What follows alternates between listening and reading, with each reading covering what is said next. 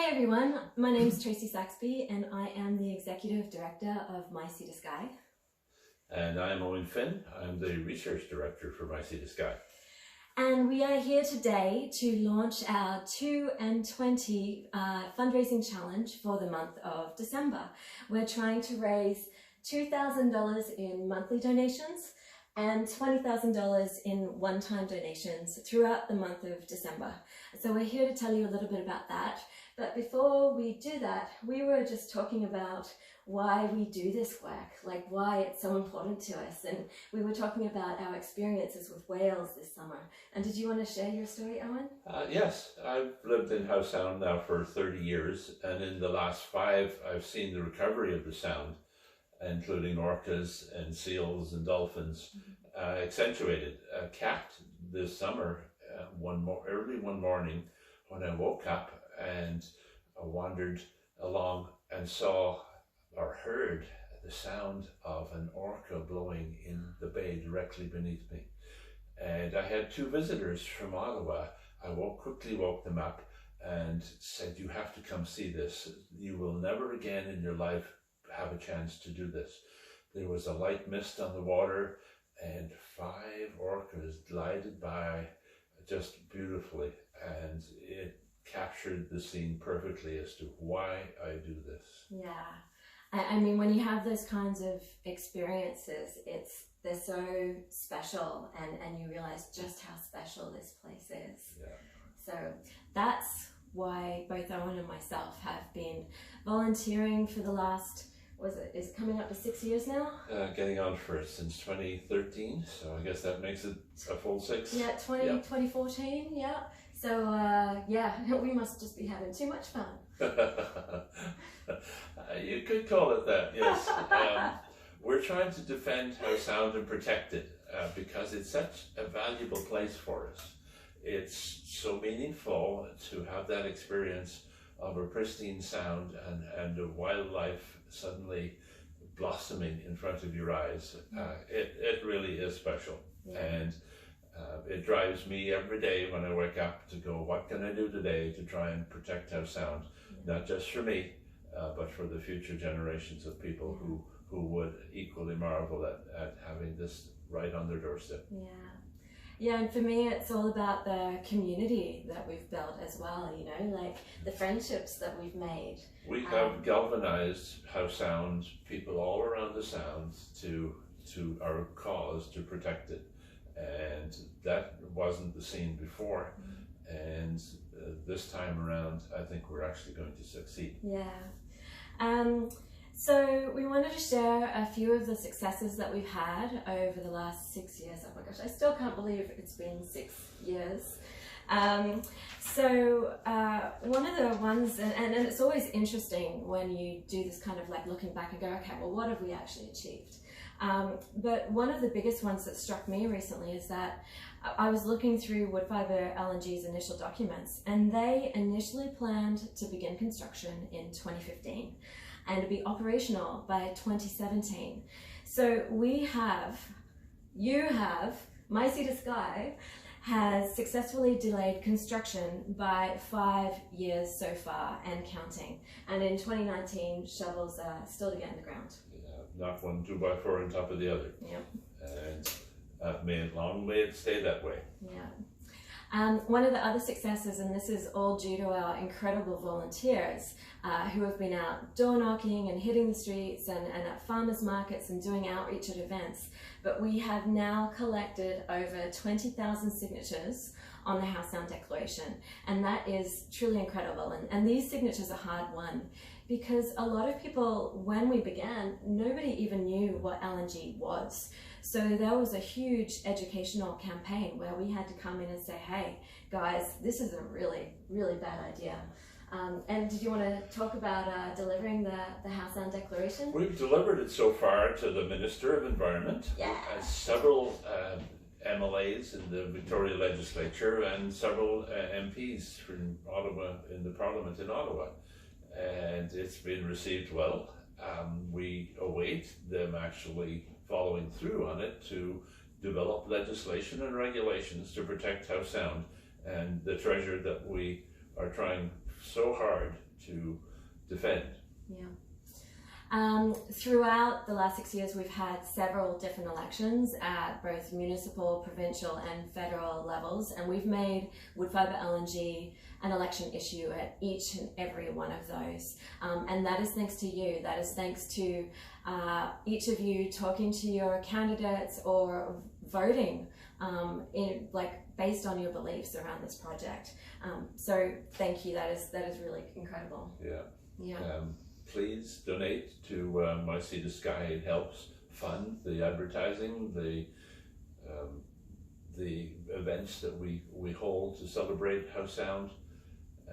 We need it, and we're doing this as volunteers, and but we need your support for the spending we need to combat the spending by the LNG industry to counter their misinformation.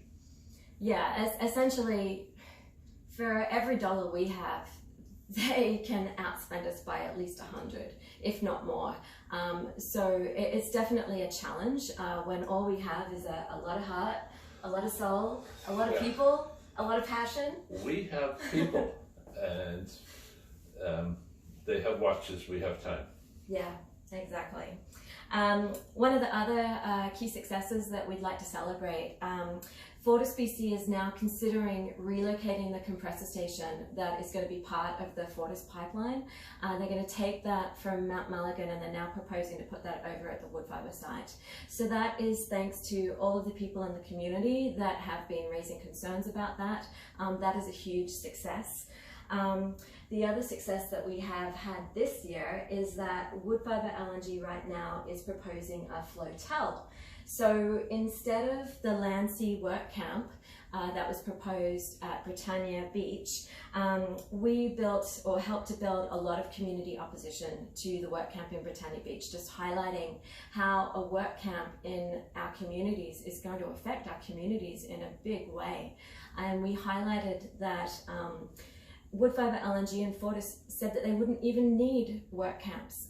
So now, or right now, we're going through an environmental assessment process. And did you want to talk a little bit about what you're doing with that? Yeah, this morning I'm going to a open house meeting. It's not really open house. There's a limited set of invited stakeholders, as wood fibre describes them, to discuss the pros and cons of this flotel, which will be a barge stacked with ATCO trailers, brought in from offshore to house 600 workers over close at wood fibre site. And there are a whole pile of things that we need to be put in place to protect that shore, if it does happen, to protect that shore from the degradation that 600 people would cause it. Yeah, so just in the next couple of weeks, we are going to be helping our community again to participate in the environmental assessment process. This process is completely broken. We've been saying that from the beginning. But what we're seeing right now is wood fibre LNG is getting all of these people to make comments going, hey, oil and gas is great, and wood fibre LNG is great. And we really need to counter that. We just have to rally our community to make it clear that this project does not have support. So that's going to be happening in the next week. The deadline for that is, what's the 12th of December? December 12th. Yeah. You have until then. Just watch our site for the link where you can post a comment, and hopefully you will agree with us that this is not good for Squamish. When you realize that the liquefaction plant is going to be built and assembled abroad and just shipped over here, the flotel equally, the 600 workers, they're talking about a ferry from Vancouver Airport to bring in people from other parts of the world to work on this. The benefits to Squamish are pretty well nothing. And so anybody who is thinking of a job there, you can relish the prospect of living for 2 weeks at a stretch on a floating barge with 600 ATCO trailers. That's not a pleasant thought to be.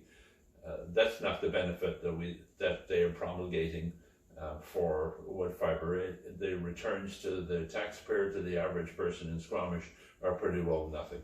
Yeah, So our communities are being put at risk, our environment is being put at risk. Wood fibre LNG is going to increase fracking, it's going to worsen climate change.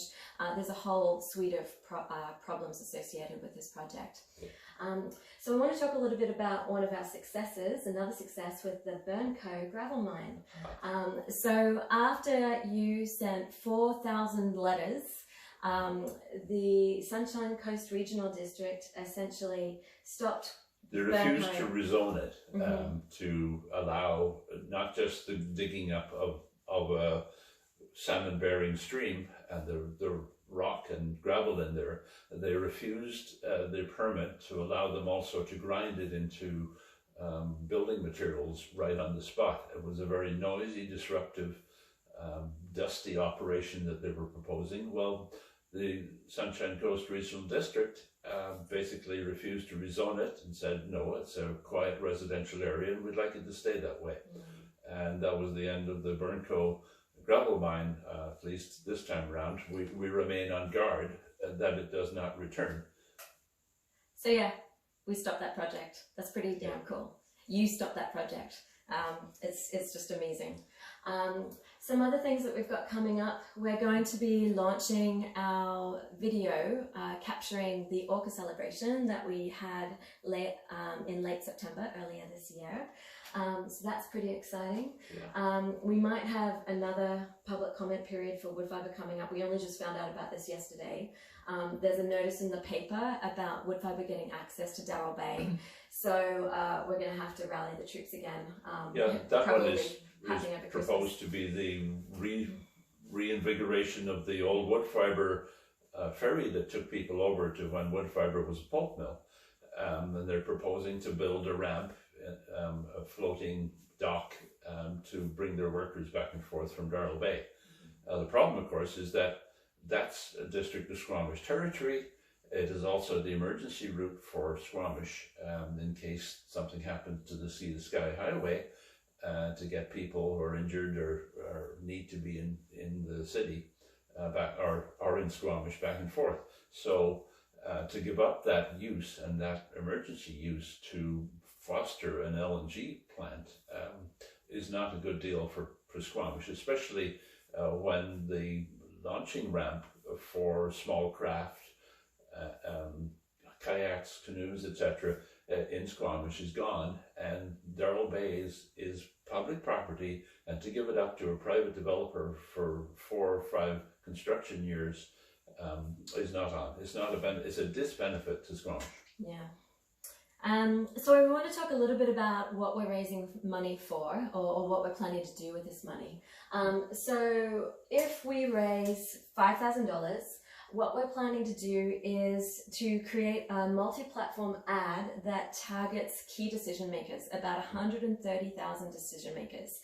So that's if we hit $5,000 of this target. If we hit $10,000, if I got my approximations right, I need to put some little check marks on this. About half. About half. So if we hit $10,000, we're going to blow that up onto a bus shelter right outside of the Legislative Assembly in Victoria, so that every MLA is going to see that wood fibre LNG is a climate disaster, essentially. If we hit, okay, let me stand up now, I can't get that high. If we hit $15,000, we are going to create a series of videos just talking about wood fibre LNG and countering all of the misinformation and all of the propaganda that they've been putting out for years now around economics, around jobs, around climate, around the impact to the environment, about safety, all of those issues. We're going to have a series of videos to try and counter that. And if we hit $20,000, we're going to launch a campaign that on social media that goes across British Columbia, just to bring this to province-wide awareness. So we need your help to do that. So we are asking people to support My Sea to Sky for our 2 in 20 fundraising challenge. We're aiming for $2,000 in monthly donations and $20,000 in one-time donations. So please give whatever you can give, especially today, seeing as it is Giving Tuesday, which is a day when people come together to support those issues that they care most about. So please consider supporting My Sea to Sky. Oh, we were going to put starfish on here. Yes. Yeah, let's do that. So as this campaign is running throughout December, you're going to see it evolve. You wanted the orange one, right? Yeah. Yeah. Or was it the purple? You wanted purple? Doesn't matter. Most starfish I see are purple. So I'm going to put it down the bottom. I'm going to put mine down the bottom here. I think we should get most of the way to $2,000 today. Howe Sound is worth that. Surely. Alright. You're a starfish there. Yeah. Starfish in the air is unusual, but there. He's leaping for joy. That's brilliant. Thank you so much to everybody that creates this, amazing My Sea to Sky community. We are so grateful to be part of this. It truly has been an incredible 6 years. Yeah.